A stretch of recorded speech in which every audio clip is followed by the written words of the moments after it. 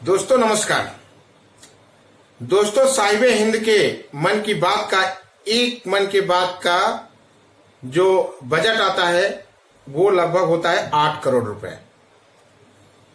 और वो जो 8 करोड़ रुपए होते हैं ना, वो साहिब हिंद के जेब से नहीं जाते और ना भारतीय जनता पार्टी के फंड से जाते हैं ये, और ना ही किसी व्यापारी के फंड से जाते हैं। ये हमारे आपके जेब से जाते हैं, यानी हमारे आपके टैक्स से जाते हैं।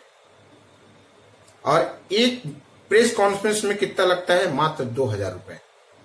केवल बिस्किट और चाय तो खिलाते हैं बेचारे पत्रकारों को। लेकिन इसके बावजूद भी साहिब हिंद ने पूरे 6 सालों में एक भी प्रेस कॉन्फ्रेंस नहीं किया, लेकिन अनेकों मन की बातें की गई। और इस मन की बात में आपने बहुत अच्छे कुत्तों की वैरायटी और खिलौने के प्रकार को सुना होगा। 8 करोड़ रुपए खर्च करके।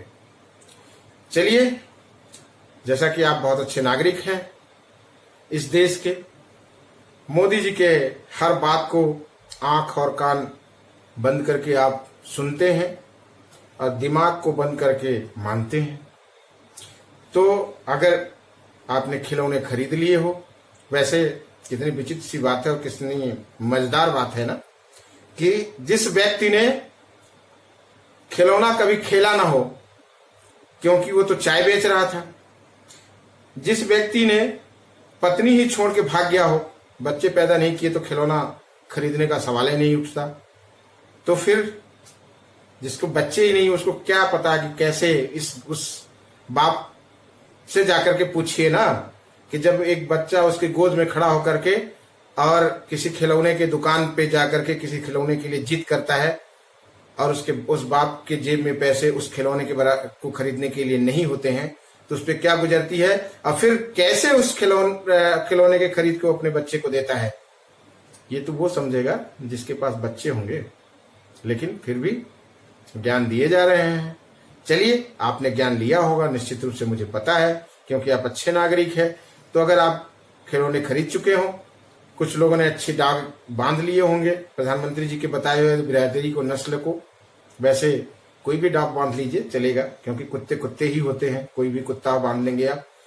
वो नस्ल को लेकर के इतना चिंतित मत होइए, वरना बीपी बढ़ जाएगी, ब्लड प्रेशर और वो डायबिटीज बढ़ जाएगी। इस समय कोरोना का माहौल है, हॉस्पिटल भी खाली नहीं है, तो परेशान हो जाएंगे। तो मेरा निजी सलाह ये है, बिना 8 करोड़ खर्च किए, कि कोई भी कुत्ता बांट लिए। कुत्ता कुत्ता होता है। अब आपको लगेगा कि ये क्या बोल रहे हो, क्या यही भाषण देने के लिए? नहीं, दरअसल आपने सुना होगा साथियों कि हमारे देश की जो जीडीपी है वो माइनस में चली गई। और न केवल माइनस में चली गई, बल्कि -24% में जो नकारात्मक वृद्धि हुई। यानी कुल मिला के ये कह लीजिए कि ऊपर से आकाश से गिरी तो खजूर पेट की, और खजूर से गिर के आप बहुत गहरे कुएं में जाकर के गिर गई। अब आप कहेंगे, और वो भी तब कि जब एक भारतीय अर्थव्यवस्था के बहुत बड़े क्षेत्र एमएसएमई यानी मध्यम, छोटे और ये कह लीजिए कि मझोले, ये जो उद्योग हैं, इनमें जो गिरावट आई, जो कि एक बहुत बड़ा भाग है हमारे अर्थव्यवस्था के, इनमें जो गिरावट आई, इसके आंकड़े को अभी इस आंकड़े में शामिल नहीं किया गया है। उसी प्रकार से जो अनऑर्गेनाइज सेक्टर है, यानी असंगठित क्षेत्र, जहां हमारे लेबर, मजदूर, राजमिस्त्री, ये आज सब काम करते हैं, ये आप जानते हैं कि भारतीय अर्थव्यवस्था का एक बहुत बड़ा क्षेत्र है। इसमें जो गिरावट आई, और जो कि बहुत बड़ी गिरावट है, आप जानते हैं कि करोड़ों मजदूर पैदल चल चल के आज गांव में आकर के और बेरोजगार बैठे हुए हैं, वो बहुत बड़ी गिरावट है। उस गिरावट को अगर शामिल कर दिया जाए तो लगभग ये जाकर के आंकड़ा टिकेगा लगभग 40 से भी 50 चला जाएगा, -50 मान के चलिए, जो कि हो सकता है अगली तिमाही में देखने को मिले, अगर मोदी जी ने डाटों को बदलने की कोशिश नहीं की, छुपाने की, क्योंकि कम करके डाटा बताते हैं। तो अगर नहीं की तो अब आप सोचिए, इतनी बड़ी गिरावट इस देश में। अब आप कह देंगे कि क्या करें, कोरोना आ गया था, जैसा कि बेशर्म प्रधानमंत्री की बेशर्म फाइनेंस मिनिस्टर ने बड़े आसानी से कह दिया ये तो एक्ट ऑफ गॉड है।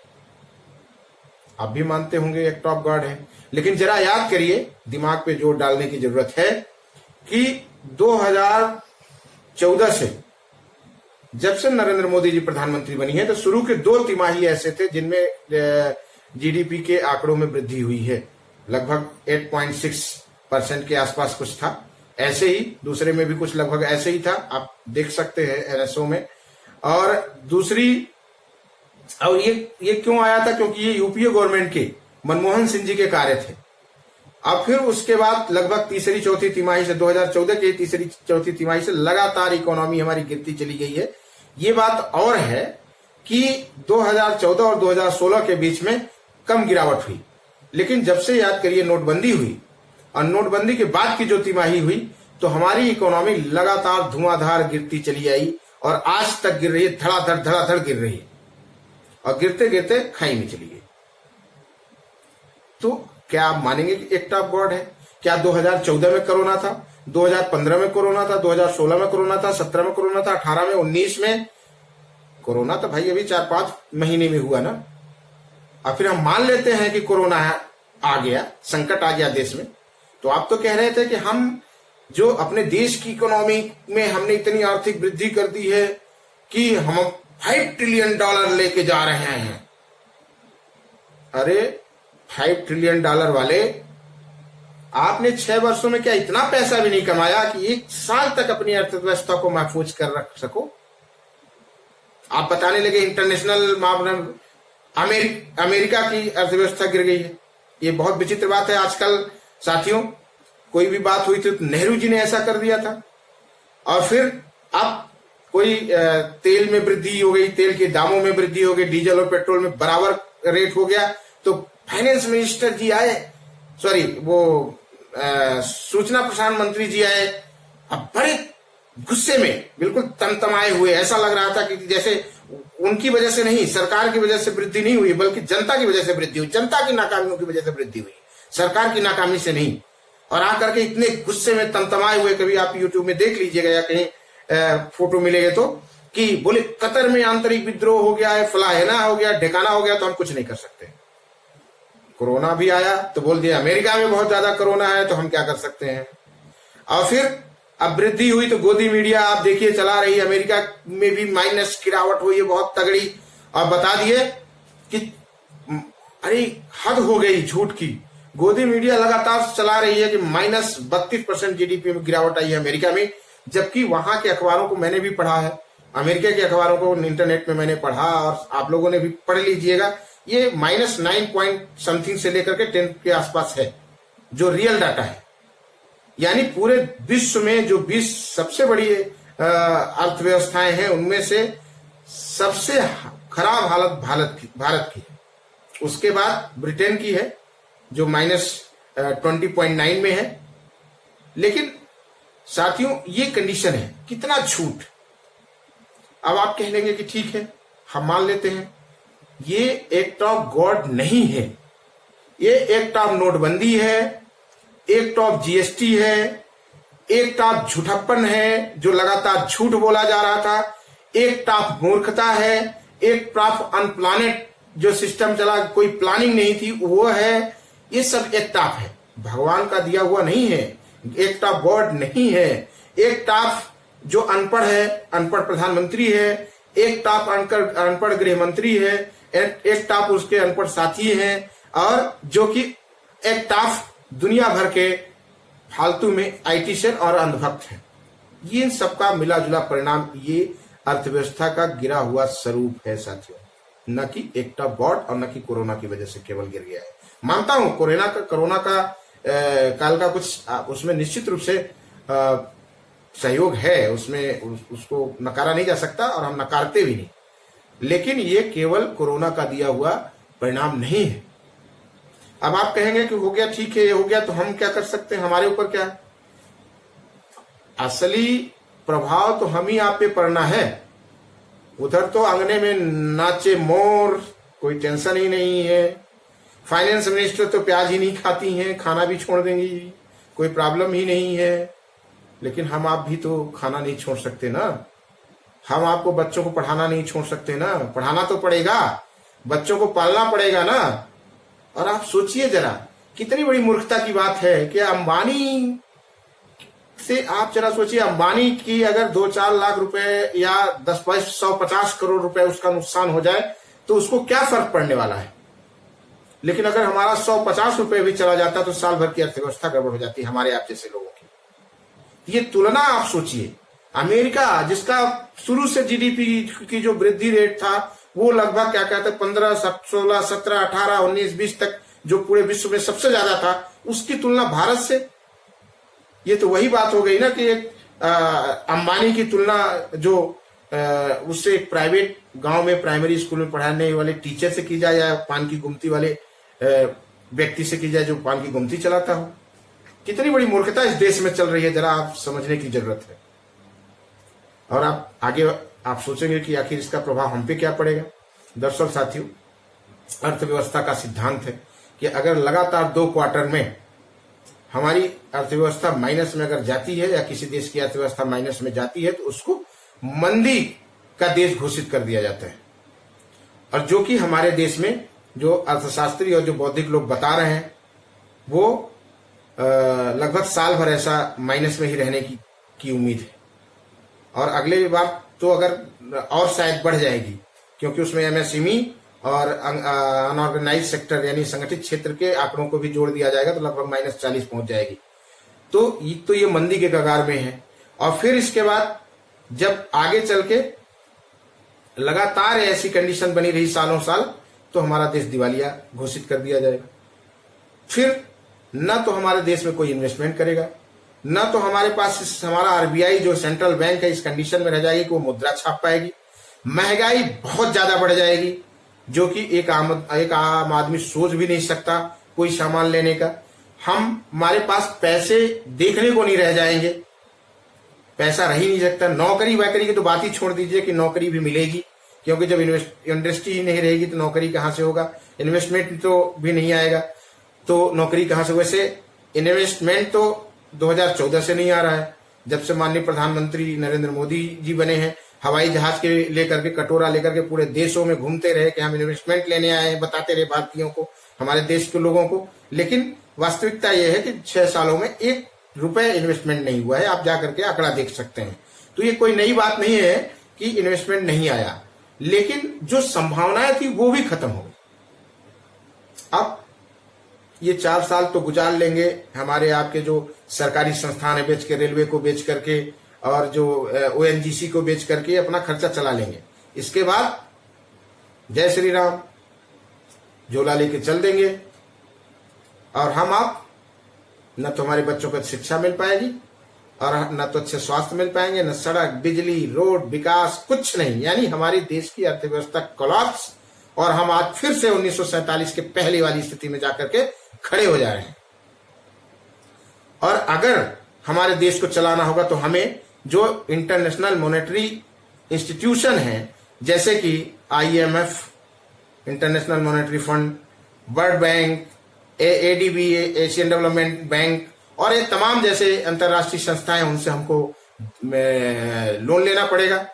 और लोन वो high rate interest of rate में देंगे, यानी उच्च ब्याज दर पे देंगे। और जब उच्च ब्याज दर पे रेट देंगे तो 2 कंडीशन हो। हम अगर ब्याज नहीं चुका पाए उनका, जो कि संभव नहीं है, जब हमारी अर्थव्यवस्था नहीं है तो हम ब्याज कैसे चुका पाएंगे, और लोन भी नहीं चुका पाएंगे तो फिर उनकी शर्तों पर उनकी पॉलिसी को हमारे देश में लागू करना हमारी मजबूरी हो जाएगी। लागू करना ही पड़ेगा, यानी हम परतंत्र, अपनी स्वतंत्रता से हम इस देश में अपनी पॉलिसी भी लागू नहीं कर सकते। और फिर दूसरा ऑप्शन, दूसरे किसी देशों से जैसे जापान हो गया, कहीं से भी कर्जा लेना पड़ेगा, मजबूरी हो जाएगी।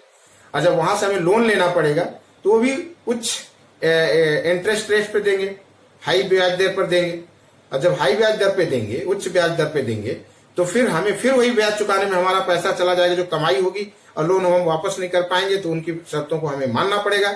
यही तो गुलामी में जाना है जो ईस्ट इंडिया कंपनी यानी अंग्रेज आए थे हमारे देश में, उन लोगों ने यही तो किया। पहले हमें कर्जदार बनाया, फिर गुलाम बनाया। इसलिए मैं कह रहा हूं कि जागिए। ये जो आंख पे पट्टी बंधी है ना, सब सारे सही सही आंकड़े आपके आंख में दिखते रहते हैं, सब कुछ आप समझ भी रहे हैं, सब मान भी रहे हैं, इसके बावजूद भी एक आंख पे पट्टी चढ़ा लिया। और जब सोचने की बारी आई तो दिमाग में काली पट्टी चढ़ा लिया और फिर मोदी मोदी जपने लगे। तो ये छोड़ना पड़ेगा, मजबूरी है, छोड़ना ही पड़ेगा। दो रास्तों को चुन लीजिए। ये काम सब नरेंद्र मोदी ने अपने आप को केवल और केवल हीरो बनाने के चक्कर में, जो सुपर हीरो वाली छवि है उसको बचाए रखने के लिए इस देश को गुलामी के स्तर तक ला दिया। वो चाहे चाइना बॉर्डर पे हजारों किलोमीटर की जमीन जो चाइना ने कब्जा करके बैठा है, चाहे हमारे देश की अर्थव्यवस्था के माध्यम से अन्य गुलामी की कंडीशन में ले जाके खड़ा करने को, ये केवल उसने अपने सुपर हीरो की पोजीशन को बनाए रखने के लिए इस देश को तबाह कर दिया। ये बात आज आपको समझनी ही पड़ेगी, और नहीं समझेंगे तो फिर आप भी भुगतेंगे और हम सब भुगतेंगे, आगे आने वाले पीढ़ियां भी भुगतेंगी। और जब ये देश बर्बाद हो जाएगा, होने के कगार पे होगा, तो नरेंद्र मोदी नेतृत्व करता तो होगा ही उसका, लेकिन आप भी उतने ही दोषी होंगे। इस बात को समझ लीजिएगा मेरे दोस्तों। अब आपको लगेगा कि हम क्या कर सकते हैं, आप कर सकते हैं, क्योंकि जनता ही कर सकती है। भले ही नरेंद्र मोदी की सरकार पूर्ण बहुमत की है, आपने एक गलती करके उसको जिता दिया, पूर्ण बहुमत दोबारा दे दिया, लेकिन अभी एक बहुत बड़ा है कि जनता ही सब कुछ कर सकती। द पीपल ऑफ इंडिया हमने कहा है, असली ताकत उसके हाथों में है। लेकिन आपको रोड पे निकलना होगा, सड़क पे निकलना होगा।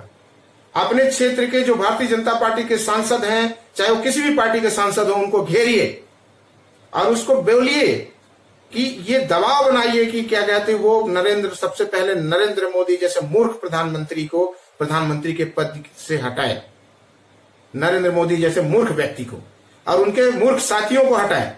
अब भारतीय जनता पार्टी को न बहुमत मिला है, तो भारतीय जनता पार्टी में और बहुत ढेर सारे होशियार लोग भी हैं। मुझे तो शर्म आ रही है उस आरएसएस पर, संघ पर। वैसे संघ की इज्जत कभी हमारे मन में नहीं रही साथियों, लेकिन थोड़ी बहुत इज्जत कहीं न कहीं मेरे मन में ये विश्वास था, क्योंकि अटल बिहारी वाजपेयी जैसे नेता भी संघ ने दिया था। इसलिए मन में कहीं न कहीं ये बात थी कि हो सकता है कि संकट की घड़ी में संघ इस देश के किसी काम आ जाए। लेकिन जब आज देश हमारा इस कंडीशन में आके खड़ा हो गया है कि चारों ओर से बर्बादी के कगार पे है, फिर भी ये संघ मौन है, तो ये मान के चलिए आज मैं पूरा विश्वास के साथ कह सकता हूं, और मेरे अंदर का भी जो उसका सम्मान था वो समाप्त हो गया, थोड़ा भी से जो बचा था। और ये पूरे दम से पूरे आत्मविश्वास के साथ मैं कह रहा हूं, और आप भी मान लीजिए कि ये संघ इस देश के किसी काम का नहीं है। इस देश के बर्बादी में अपना योगदान देने के अतिरिक्त इस देश के किसी काम में नहीं है ये संघ। इसलिए बेशर्मो संघियों, अब राष्ट्रवादी कहना अपने को छोड़ो। अब तुम्हें कोई अधिकार नहीं है राष्ट्रवाद कहने का। अगर जरा सा भी शर्म है और जरा सा राष्ट्रवाद है, तो सबसे पहले इस मूर्ख व्यक्ति जो प्रधानमंत्री बन के नरेंद्र मोदी अंगूठा छाप आदमी, अनपढ़ आदमी बैठा हुआ है, इसको पहले प्रधानमंत्री पद से हटाओ। भारतीय जनता पार्टी में बहुत होशियार लोग हैं, उनको बनाओ। अगर नहीं बना सकते तो कभी राष्ट्रवाद की बात मत करना। और मेरे साथियों, आपसे मैं निवेदन करना चाहता हूं, जरा राष्ट्रवाद है तो फेसबुक, सोशल मीडिया, व्हाट्सएप, जहां भी हो बोलो, विरोध करो और सड़कों पे उतरो और सांसदों पे दबाव बनाओ कि वो जा करके ये बात रखें कि प्रधानमंत्री अपनी पार्टी में, भारतीय जनता पार्टी की मीटिंगों में रखें कि इस मूर्ख व्यक्ति को और उसके मूर्ख साथियों को प्रधानमंत्री पद से हटाया जाए, सरकार के मुखिया पद से हटाया जाए, तभी ये देश बच सकता है। धन्यवाद। मैं हूं भास्कर मिश्रा और ये आप देख रहे हैं हमारा यूट्यूब चैनल रेशनल भारत नाम है। ये कोई बिजनेस का चैनल नहीं है, ना कोई न्यूज चैनल है।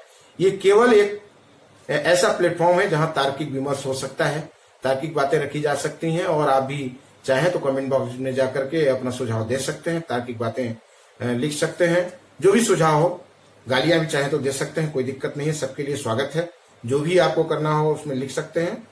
और लेकिन अगर थोड़ा बहुत भी अगर पसंद आई मेरी बात, तो इस चैनल को, रेशनल भारत को सब्सक्राइब करिए, दूसरे लोगों को भी शेयर करिए और जरा जब सोचिएगा तो पूरे पूर्वाग्रह को दिमाग से बाहर निकाल के और जरा ठंडे दिमाग से पूर्वाग्रह को बाहर निकाल के सोचिएगा कि क्या जो बातें आज हो रही हैं, जो सरकार ये कर रही है, जिस कंडीशन में देश को ला दिया, क्या वो सही है? और उस कंडीशन में आपकी भूमिका कहाँ है? आप इस देश के लिए क्या कर रहे हैं? एक एक नागरिक इस देश के लिए बहुत महत्वपूर्ण है और एक एक नागरिक के पास इस संविधान ने अधिकार दिया है लड़ाई लड़ने का, बोलने का मेरे साथियों, और जागना ही होगा। अब खुली आंखों से आप अगर सोएंगे तो धरातल में ही जाएंगे। धन्यवाद, नमस्कार।